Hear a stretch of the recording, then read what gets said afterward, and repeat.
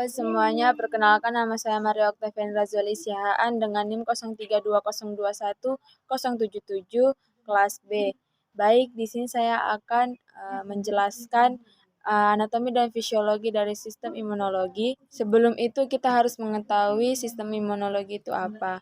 Suatu ilmu yang mempelajari antigen, antibodi, dan pertahanan tubuh yang diperantarai oleh sel, terutama berhubungan dengan imunitas penyakit, reaksi biologis hipersensitif alergi, dan penolakan jaringan. Sistem imun merupakan sistem pertahanan tubuh manusia sebagai perlindungan terhadap infeksi seperti bakteri, virus, dan lain-lainnya. Fungsi dari imunologi ini sebagai yang pertama sistem pertahanan tubuh dan proteksi terhadap serangan penyakit. Yang kedua itu menjaga keadaan homeostatis atau keseimbangan tubuh. Yang ketiga memperbaiki jaringan yang rusak. Yang pertama itu ada sumsum tulang belakang.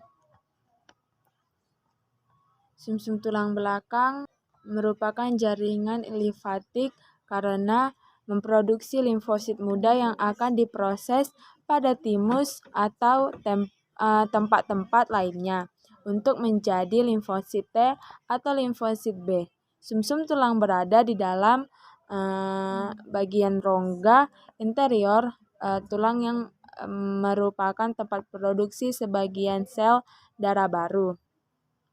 Yang kedua itu ada kelenjar timus, itu yang ini. Merupakan suatu jaringan simpati yang terletak di sepanjang trakea di rongga dada, bagian atas dan paling aktif memproduksi sejumlah limfosit selama masa kanak-kanak. Sel-sel yang belum matang diproduksi di sumsum tulang berimigrasi dan datang ke timus di mana proses pematangan berlangsung. Yang ketiga itu ada limpa. Limpa itu yang ini. Limpa adalah organisme kekebalan tubuh yang terdiri dari sel T, sel B, sel-sel pembuluh alami, makrofag, sel dendritik, dan sel darah merah. Limpa terdiri dari dua bagian yaitu pulip merah dan pulip putih. Yang keempat ada kelenjar getah bening, itu yang ini. Adalah benjolan jaringan yang putus-putus sepanjang sistem limfatik. Kelenjar adalah pusat kegiatan di mana limfosit terus beredar dari jaringan ke kelenjar getah bening dan kembali lagi melalui aliran darah dan pembuluh limfatik. Organ lainnya dalam sistem imun itu yang pertama itu ada adenoid, itu yang ini. Terletak di belakang rongga hidung, di mana bagian dari rongga hidung memenuhi faring. Adenoid muncul sebagai suatu rumpun dari jaringan spons yang membentang garis pertahanan pertama dalam tubuh. Yang kedua itu ada amandel atau tosil, merupakan jaringan limfatik yang terdiri dari kumpulan-kumpulan yang positif. Ada dua massa jaringan kelenjar lembut di kedua sisi bagian belakang mulut. Fisiologi sistem imun itu yang pertama sumsum tulang belakang. Sumsum tulang belakang bertanggung jawab untuk produksi sel sistem kekebalan yang penting seperti sel B, granulosit, sel-sel pembuluh alami, dan timosit. Timosit dewasa. Hal ini juga menghasilkan sel-sel darah merah dan platele. Yang kedua itu kelenjar timus. Fungsi utama dari kelenjar timus adalah memproses limfosit muda menjadi T limfosit atau menghasilkan sel T matang. Sel-sel yang belum matang diproduksi di sumsum tulang belakang, berimigrasi dan datang ke timus di mana proses pematangan berlangsung. Proses pematangan ini adalah salah satu hal yang luar biasa karena menghasilkan hanya sel T menguntungkan yang akan dirilis ke dalam aliran darah, sedangkan sel T membangkitkan respon autoimun yang merugikan dieliminasi. Yang ketiga tadi itu ada limfa berkontribusi pada produksi sel, fagositosis, perlindungan sel darah merah, dan pembangunan kekebalan. Limfa bertindak sebagai filter imunologi darah dan menjebak benda asing yaitu antigen dari aliran darah yang melewati limfa sebagai bagian dari sistem retikuloendotelial. Limfa juga terlibat dalam perlindungan terhadap penyakit dan menghasilkan zat-zat antibodi. Yang keempat tadi itu ada kelenjar getah bening. Sama seperti cara limfa menyaring darah, kelenjar getah bening juga menyaring cairan interstisial yang hadir antara sel-sel tubuh manusia. Adenoid. Fungsi adenoid adalah untuk menghentikan bakteri dan organisme penyebab infeksi lainnya dari menginfeksi organ tubuh lainnya. Yang kedua itu ada amandel atau tonsil. Fungsi utama amandel adalah untuk mencegah bakteri dan virus dari udara yang dihirup. Limfosit dan antibodi hadir dalam membantu membunuh bakteri sehingga memainkan peran penting dalam melindungi tubuh.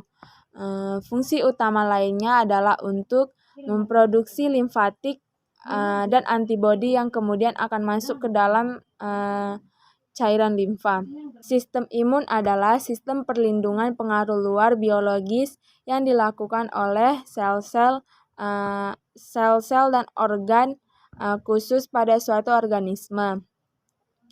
Jika sistem kekebalan tubuh bekerja dengan benar, sistem ini akan melindungi tubuh terhadap infeksi dan virus, serta menghancurkan sel kanker dan zat asing lain dalam tubuh.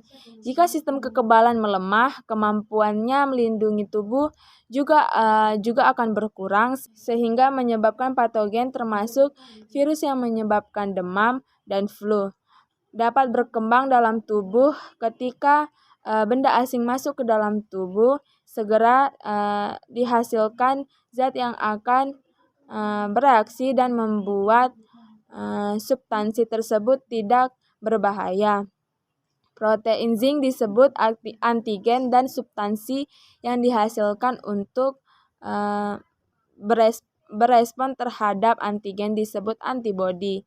Antigen dapat berupa benda asing, tetapi umumnya adalah mikroorganisme, beberapa jenis obat atau misalnya penisilin, protein hewani dan nabati, termasuk serbuk sari, dan jaringan asing seperti pada transplantasi organ. Reaksi yang terjadi dapat disebut reaksi antigen atau antibodi. Ketika reaksi terjadi sebagai respon terhadap mikroorganisme, reaksi tersebut disebut imunitas. Keberadaan mikroba patogen dapat menimbulkan dampak-dampak yang tidak diharapkan, akan memicu demam. Sistem imun untuk melakukan tindakan dengan urutan mekanisme sebagai berikut. Introduksi, persuasi, dan respirasi. Meskipun komplement dapat disosiasikan sesuai artinya yaitu pelengkap, namun sesungguhnya fungsinya amatlah vital. Faktor komplement bertugas untuk menganalisa masalah untuk selanjutnya, mengenalkan kepada imunoglobin untuk selanjutnya akan diolah dan dipecah-pecah menjadi bagian-bagian molekul yang tidak berbahaya bagi tubuh. Setelah itu, limfosit T bekerja dengan memakan mikroba patogen.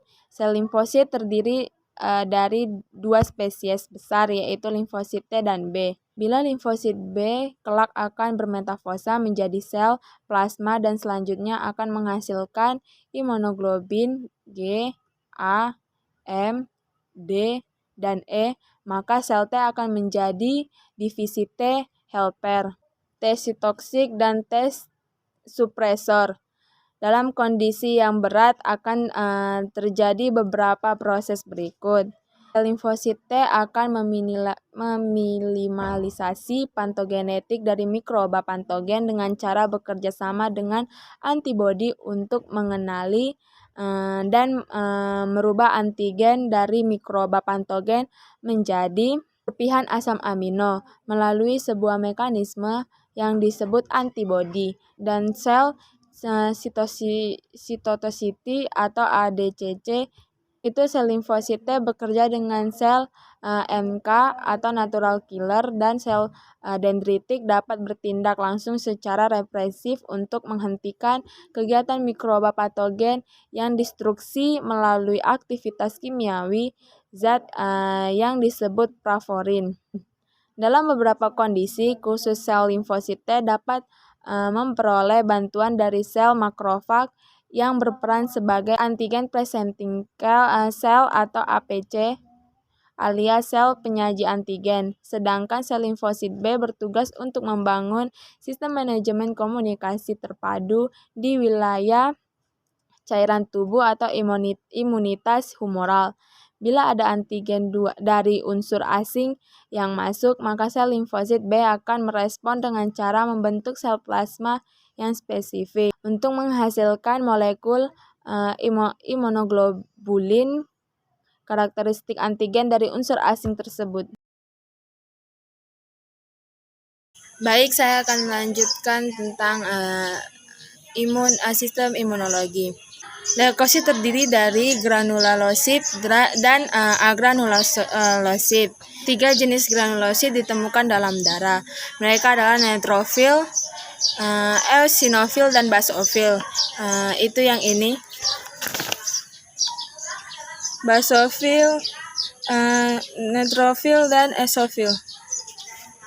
Granulosit terlibat dalam pertahanan inang melalui imunitas bawaan. Limfosit adalah agranulosit dan terlibat dalam imunitas adaptif dengan memproduksi antibodi spesifik untuk patogen tertentu. Limfosit juga terdiri dari 3 jenis, limfosit T, limfosit B, dan kelompok 0, mengandung sel-sel pembunuh alami, dan sel sitotoksik. Antigen yang disajikan granulosit diidentifikasi oleh limfosit T, mengaktifkan limfosit B untuk menghasilkan antibodi spesifik. Perbedaan utama antara leukosit dan limfosit adalah leukosit adalah semua sel darah putih di dalam darah, sedangkan limfosit adalah salah satu jenis sel darah yang terlibat dalam imunitas adaptif vertebrata. Leukosit adalah satu-satunya jenis sel berinti yang ditemukan dalam darah yang terlibat dalam pertahanan inang dengan menghancurkan patogen yang menyerang tubuh vertebrata. Mereka umumnya disebut sel darah putih. Leukosit dapat dibagi menjadi 2 kelompok tergantung pada keberadaan granula dalam sitoplasma mereka. Granula dan agranulosit. 3 jenis granulosit dapat ditemukan dalam darah, neutrofil, eosofil, dan basofil. Masing-masing dari mereka berbeda dalam bentuk nukleus serta fungsi dalam tubuh. Proses pembentukan leukosit disebut hematopoiesis. Selama hematopoiesis, leukosit dibedakan dari sel-sel induk, myeloblast, lipoblast, dan monoblast. Yang kedua itu ada neutrofil. Neutrofil adalah fagosit profesional menghancurkan patogen seperti bakteri melalui fagositosis. Mereka mengandung inti polylobate yang biasanya terdiri dari 2-5 lobus. Diameter neutrofil adalah 8,85. Neutrofil adalah jenis leukosit paling banyak. 40-75% sel darah putih adalah neutrofil. Kisaran normal untuk eosinofil adalah 1.500 sampai 8.000 neutrofil per pangkat 3. Umur neutrofil adalah 5-90 jam dalam sirkulasi. Butiran neutrofil mengandung lisosim, populase, A2, asam hidrolase, milperoksidase, elastase, protease, serin, cetepsin G, proteinase. 3. Protegilkan, defasin, dan protein permeabilitas bakteri yang meningkat. Neutrofil adalah salah satu sel pertama yang bermigrasi ke tempat peradangan merespons sitokin yang dilepaskan oleh sel-sel inflamasi. Proses migrasi neutrofil ke situs peradangan disebut chemotasis. Neutrofil yang diaktifkan menghasilkan perangkap ekstraseluler neutrofil atau NET. Ada juga eosinofil. Eosinofil memberikan pertahanan terhadap parasit seperti cacing.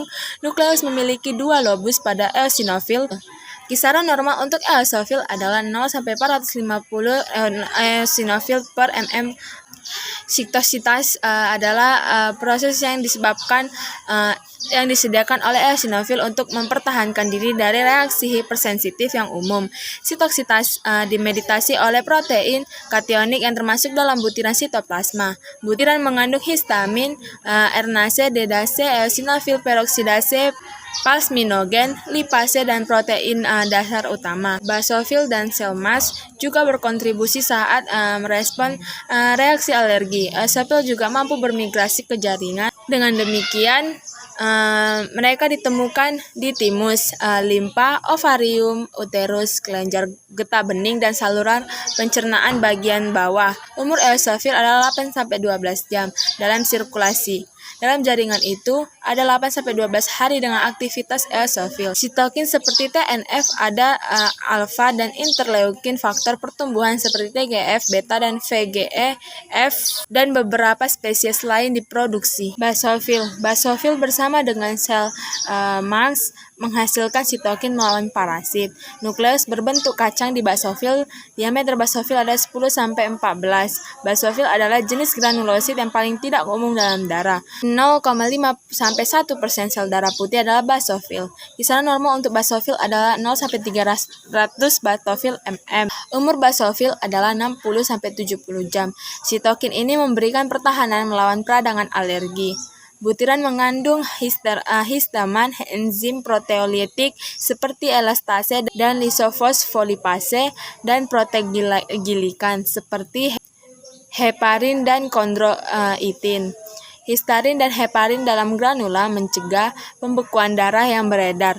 Basofil juga berperan dalam memberikan pertahanan terhadap infeksi virus, leukotrien, dan beberapa interleukin disekresikan oleh basofil yang diaktifkan. Monosit. Monosit adalah satu-satunya agranulosit yang ditemukan dalam leukosit. Selain limfosit, mereka terlibat dalam pembunuhan patogen antar sel. Mereka memiliki tanggapan segera sebelum masuknya sel darah merah lainnya ke daerah yang terinfeksi. Migrasi ke dalam jaringan inflamasi memungkinkan monosit berdiferensiasi menjadi makrofag, yang merupakan jenis fagosit profesional. Makrofag juga menghadirkan antigen pada limfosit T yang mendorong timbulnya respon imun adaptif.